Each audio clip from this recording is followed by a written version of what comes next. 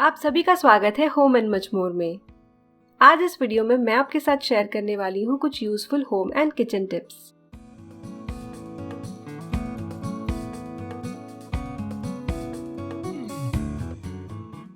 चलिए वीडियो शुरू करते हैं। यहाँ पर मिरर पर एक दाग लगा हुआ है।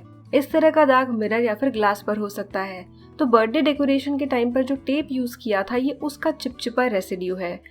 इस तरह के टेप का रेसिड्यू आसानी से नहीं निकलता है, तो इसे अगर निकालने के लिए आप यूज कर रहे हैं नॉर्मल ग्लास क्लीनर तो उससे भी ये नहीं निकलता है। तो पहले मैं आपको दिखाती हूँ एक जो नॉर्मल ग्लास क्लीनर आता है ग्लास में शाइन ऐड करने वाला, उससे ये नहीं निकलता है। तो इसके लिए मैं आपको एकदम घरेलू उपाय बता रही हूँ जो नॉर्मली घर में चीज़ अवेलेबल होती है उसे यूज करके। तो देखिए बहुत प्रेशर से मैंने इसे क्लीन किया फिर भी नहीं निकला है। तो इसे इजीली आप निकाल सकते हैं इस तरह के टूथपेस्ट को यूज करके।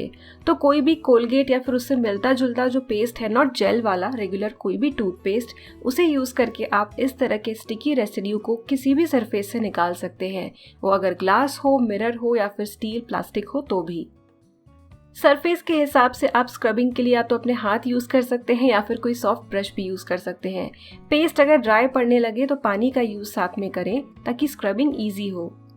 स्क्रबिंग के बाद आप किसी कपड़े से पोंछ लें। मिरर या ग्लास के केस में अगर आप कपड़े के साथ साथ एक न्यूज़पेपर यूज करेंगे तो भी काफी अच्छे से जो रेसिड्यू है वो निकल जाता है। रेसिड्यू का मतलब स्टिकी रेसिड्यू नहीं, जो भी पानी का दाग है। तो देखिए सारा स्टिकी जो दाग है वो निकल गया। अगली टिप है अचार से रिलेटेड। तो अब मौसम ऐसा आ गया जब अचार काफी डलते हैं। ये टिप है अचार हमेशा अच्छा रहे और सही तरीके से उसका यूज किया जाए उससे रिलेटेड।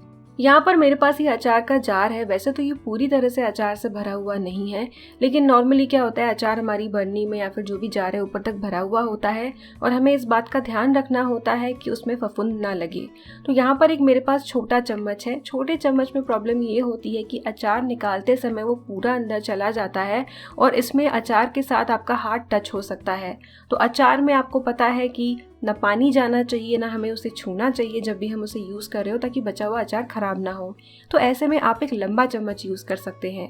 तो बड़ा अगर चम्मच आप यूज़ करेंगे कड़ची टाइप का तो वो जार में जाएगा नहीं। तो इस तरह के जो चम्मच आते हैं जो नॉर्मल चम्मच लेकिन साथ में लंबी डंडी वाले होते हैं, उनका यूज़ आप कर सकते हैं। इस चम्मच की आपकी ग्रिप भी अच्छी बनी रहेगी, आसानी से अचार निकाल पाएंगे और अचार को हाथ लगेगा भी नहीं।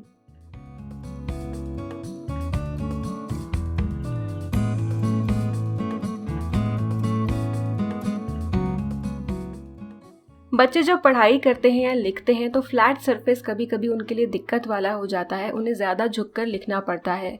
तो ऐसे में आपको किसी भी फैंसी या अलग चीज़ की ज़रूरत नहीं है। आजकल घरों में ये लैपटॉप स्टैंड्स बहुत कॉमन हो गए हैं, स्पेशली जब वर्क फ्रॉम होम बीच में ज़्यादा चल रहा था, क्योंकि लैपटॉप को ये वेंटिलेट भी करते हैं और सही पोस्चर हमारा बनाए रखते हैं लैपटॉप यूज़ करते समय। तो इसी लैपटॉप स्टैंड को आप लैपटॉप के साथ साथ राइटिंग के लिए भी यूज़ कर सकते हैं। तो बच्चों को अगर आपको पढ़ाना है, लिखाना है, तब भी इस लैपटॉप स्टैंड का यूज़ किया जा सकता है और एंगल्स भी आप इसमें एडजस्ट कर सकते हैं। तो बुक हो, नोटबुक हो, आराम से इस पर ठहर जाएगी। जो लैपटॉप को रोकने के लिए नीचे पैड्स दिए गए हैं वही इसके काम आ जाएंगे। तो राहिन ने इसके बिना भी लिख लेता है, लेकिन जब इस पर लिखता है तो उसे ज़्यादा झुकना नहीं पड़ता है और उसके लिए उसका काम आसान हो जाता है। और बच्चे की हाइट के हिसाब से इस लैपटॉप स्टैंड को भी एडजस्ट किया जा सकता है। तो घर पर रखे हुए इस स्टैंड को लैपटॉप यूज़ करते समय, रीडिंग करते समय या राइटिंग करते समय यूज़ किया जा सकता है।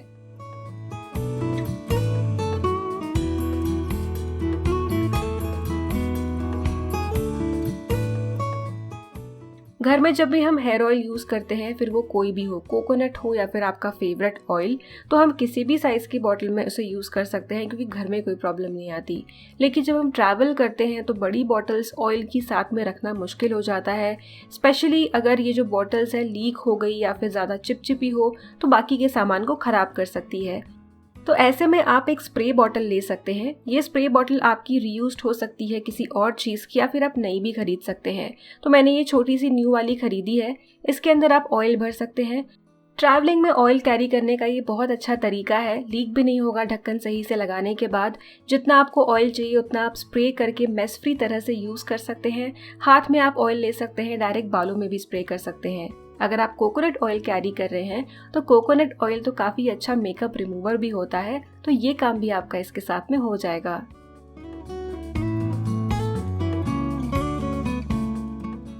इस तरह के गिफ्ट बॉक्सेस घर में आ जाते हैं स्पेशली दिवाली जैसे फेस्टिवल के बाद। तो ये जो गिफ्ट बॉक्सेस होते हैं काफ़ी अट्रैक्टिव होते हैं और इनका आप यूज़ कर सकते हैं सामान रखने के लिए। जैसे कि ये वाला जो बॉक्स मैं आपको दिखा रही हूँ, ये मीडियम साइज़ का है, बहुत ज़्यादा टॉल नहीं है और सामने की तरफ इसमें मैग्नेट भी दिया गया है। तो ज़रूरी नहीं है कि आपके पास सेम डिज़ाइन का डब्बा हो, पर ऐसे डब्बे दिवाली के बाद काफ़ी मिल जाते हैं और ये काफ़ी स्ट्रॉन्ग होते हैं और अच्छे भी होते हैं दिखने में, यानी इनको वापस से डेकोरेट करने की भी ज़रूरत नहीं होती है।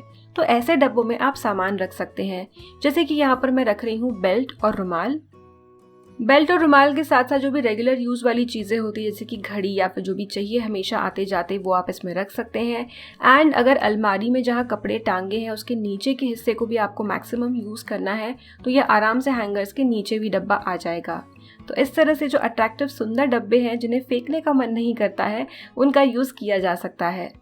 इसी तरह के डब्बों का यूज़ आप हेयर एक्सेसरीज या फिर जो भी थोड़ी बड़ी बड़ी चीज़ें होती है मेकअप रिलेटेड, उन्हें स्टोर करने के लिए भी यूज़ कर सकते हैं। जैसे कि यहाँ पर मैं मेरी कुछ हेयर एक्सेसरीज इस बॉक्स में रख रही हूँ। क्या आपको भी दिवाली पर ऐसा कोई बॉक्स मिला है कि जो कि काफ़ी सुंदर है और आपका फेंकने का मन नहीं हो रहा है? अगर ऐसा है तो आप उसे स्टोरेज के लिए ज़रूर यूज़ करके देखें। अगली टिप है डॉक्यूमेंट स्टोरेज से रिलेटेड। तो जो डॉक्यूमेंट्स होते हैं, आधार कार्ड, पासपोर्ट, ये सारे जो है इनकी सॉफ्ट कॉपी फ़ोन में होनी चाहिए।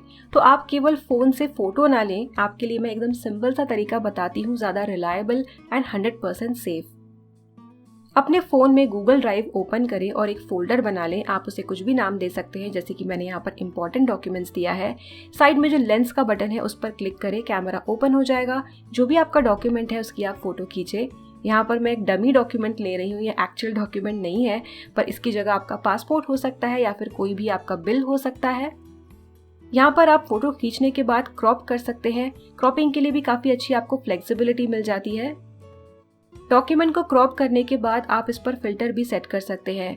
फिल्टर से क्या होगा कि जो रीडेबिलिटी है डॉक्यूमेंट की वो ज़्यादा अच्छी हो जाएगी। और सबसे अच्छी बात यह है कि ये गूगल ड्राइव पर ही अवेलेबल टूल है।